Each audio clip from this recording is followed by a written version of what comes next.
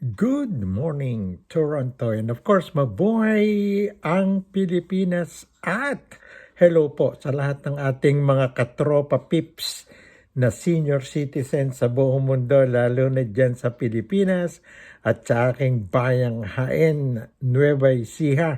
Ayan, ito po ang inyong katropa at kabayang Simon Datol na nakabalik na po dito sa Canada, sa Toronto, after spending some 7 weeks dyan po sa Pilipinas, na kung saan-saan kami nakarating ng aking misis. Nako, pinakamalayo yung Santa Ana, dyan po sa Cagayan, after visiting my youngest sister na si Bunso Flora Datol Quinto.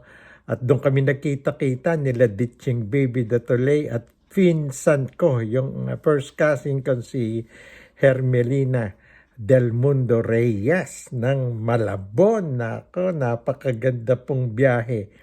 Yun ang nangyari sa amin ng commander ko. Pero grabe, lintik ang init po sa Pilipinas, ng Dragon Marine Center. Lumalabas ka pa lang sa airport. Pagdating namin ng February 25 doon, ay namumula na ang aking face, yung mukha. Grabe, init, pero natutuwa ako. Ang ganda po ng ating airport ngayon.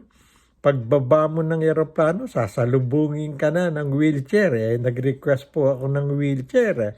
Dahil nga nakita naman yun, nakatungkod pa tayo maglakad at hindi pa totally regain yung aking strength. Dahil nga sa tagal ng aking pagkaka-hospital. At any rate, nagpapasalamat po ako kay Lord Jesus Christ na binigyan po ako ng chance makauwi sa Pilipinas. And thanks, maraming salamat of course sa YP ko, napakabait. Lahat ng gasto sa kanya. At any rate, papasalamatan ko rin po ang aking sister Ditching Baby Datolay at aking bayaw na si Bigley at sa pamilya po ng aking misis dyan sa Kamiling Talak, si Milet. Nako, thank you very much, sister. Napakasarap mo magluto. At syempre, ang mga barangay officials ng PAO Second Kamiling Talak na si Jane, si Hill, Paas na kapitan, at saka yung pong ating buong barangay officials. Napakaganda po ng ginagawa niyo sa barangay. Natsambahan pong mahal na araw noon. Inabot kami hanggang Miyerkules Santo. And thank you very much po sa bayan ng Haen, lalo doon sa aking pamangkin na tumatakbong Yorme, mayor ng Haen Nueva Ecija. Ako, marami kang gagawin na pamangkin Eboy Esquivel kapag naupo ka na. Mga municipal road yan, ako. At saka yung municipal market, daang milyon yata yung ginastos ng nakaupong mayor, hindi natapos. Ano kaya yun? Ika nga natin sa Haen Nueva Ecija. Team kilos ni Yorme Eboy Esquivel at ni Vice Yorme Jane de Guzman ang mag-aayos niyan, kasama yung 7 konsehales ng bayan. Yakan-yakan yun. Binigyan nyo ng napakahabang panahon. 3 terms yung naupong mayor. Alang nangyari yata . At balita ko, pinatakbo yung anak na mayor, nag-vice mayor yung dating mayor. Ano pa gagawin nun? Ang karamihan sa seniors dyan, dami pong seniors sa amin sa Haen Nueva Ecija. Ito po, unahin ko lang pag-usapan natin yung election. Mamaya, Senador, ito local muna sa amin sa Haen. Sapagkat ako po ay nagulantang. Ang ganda na po ng Haen Nueva Ecija, pero sira-sira ang karsada, hindi tapos ang palengke, na milyon daw ang daan-daang milyon ang ginastos. Hanggang ngayon, ilang taon na yan, hindi natapos. At walang third floor, tumutulo. Di sayang lang yung pera dyan. Ilang municipal road sa mga barangayan dinaanan ko hanggang pumunta ako ng Santo Tomas Norte, na kung saan super kapitan yung Abay Larry Bagisa ko. Opo, pamilyar ang pangalan dahil siya ang presidente ng UMAC, yung Balikbayan Box, nako po, number 1 na super kapitan sa buong Nueva Ecija yan, ang Abay Larry Bagisa, na pamangkin ng ating comparented Dano ng Forex naman po. At number, wag na, ala ng number, magaling na CPA yan, accountant dito. Pupunta nga kami sa kanya today, para po paayos naman yung aming ITR namin mag-asawa. Sapagkat tayo po ay hindi tatanggap uli ng konting pension kapag hindi tayo nag-file ng ITR. At any rate, balikan natin yung politika sa Philippines. Eleksyon po ngayong May 12 yata. At grabe po, puspusa ng kampanya. Yung Team Kilos ng pamangkin ko si Eboy Esquivel at ni Vice Mayor Jane De Guzman. Yan po ang usap-usapan sa palengke, sa mga ibang barangay, Pamakpakan, Lambaken, Marawa, sa San Vicente, lahat po ng pinuntahan ko, Dampulan, ayan ay sa Sapang, lalo sa Sapang Nyugan. They want changes, ika nga maraming pagbabago sa Nueva Ecija na dapat pong mangyari. Diyan ako pinanganak, diyan ako tinuli, diyan ako lumaki. Diyan ako gumraduate ng elementary at high school. Ngayon po ay talagang napakaraming binakakumpuro maganda na sana yung review maliban sa mga municipal road. Yung provincial road, probinsya po nagpapagawa. Pero yung municipal road, nako po, iba pala yung nangyari dyan. Kapag hindi ka butante nung nakaupong mayor nun, sa harap ng bahay mo, hindi gagawin. Lubak-lubak. Anak ng dragon, paring Larry Bagisa. Ba't ganun? Ika nga natin na yung ng aking kumparet si Joem, Jose Rizal Collado, na kababata ko si Insan Pet Cruz, si Engineer Pet Cruz na lagi kong kasama sa bahay namin sa Hain. Doon kami nagbe-breakfast nila Sister Bibit ni Bayaw Bake. At saka yung si Pepito at si Raymond na nagtitinda ng bigas dyan sa harap ng bahay. Nako, I like these people. Ang babait po.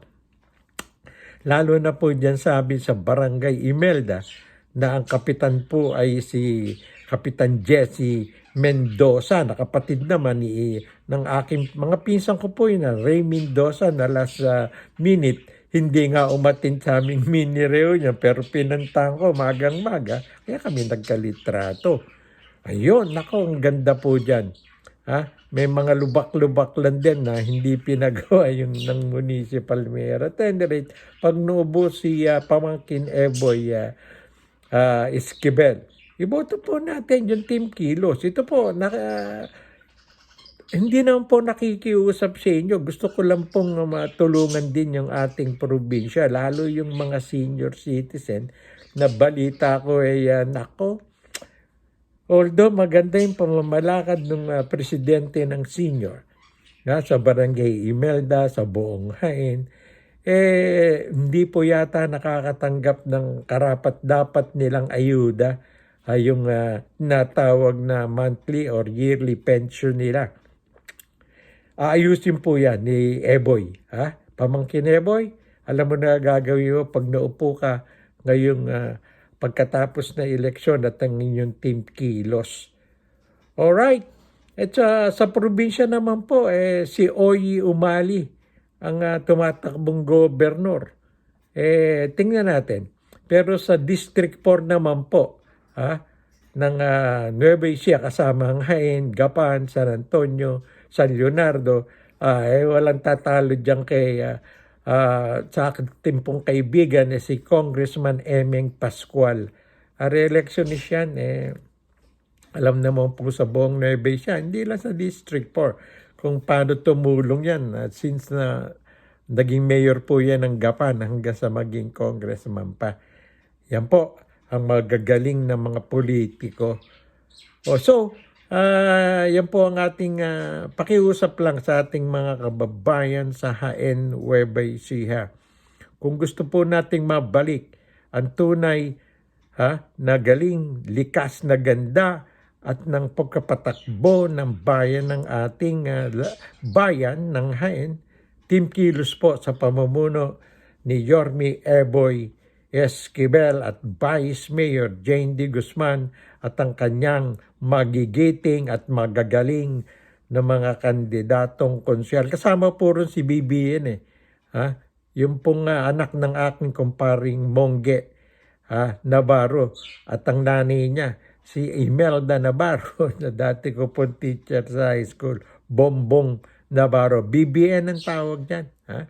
Kahawig yan ng pamangking kong si Joan De La Rose. Nako, kamukha. Kaya I love this boy. Ika nga natin. Alright, balikan po natin naman sa Kamiling. Katarlac, ang tumatakbo purong mayor ay ang asawa, may bahay ng pinsan ng misis kong mayor na si Aaron Agustin. Na si Ate Joyce Agustin. Ayan, siya po ang tumatakbong mayor ngayon. Nako, magaling term itong si Mayor Aaron Agustin. Bayawan tawag sa akin. Nung umattend ako ng meeting niya dun sa aming barangay Pao. Okay naman si barangay Paas. Ika nga natin. Mga barangay officials. Inaalagaan niya ng mga governor, congressman at mayor. Okay. Dito naman po sa mga senador, nako, eto, nag-aambisyon po ang mga Tulfo brothers upang gawin nilang yung teritoryo na, yung Senado. Tingnan nyo po, pag nanalo yung Erwin at Ben Tulfo, 3 sila na magiging senador. Only in the Philippines po yan. Kaya marami pong mga grupo na nagsasabi, ayan, lumabas na nga sa Facebook, Black de Tulfo. At tama na rin isang Tulfo. Sa akin po, itsoke yun. 1, 2, pero 3. Oh my goodness. Ano bang mangyayari sa Senado? Maring Sendang, ika nga natin. O Tol Rayport.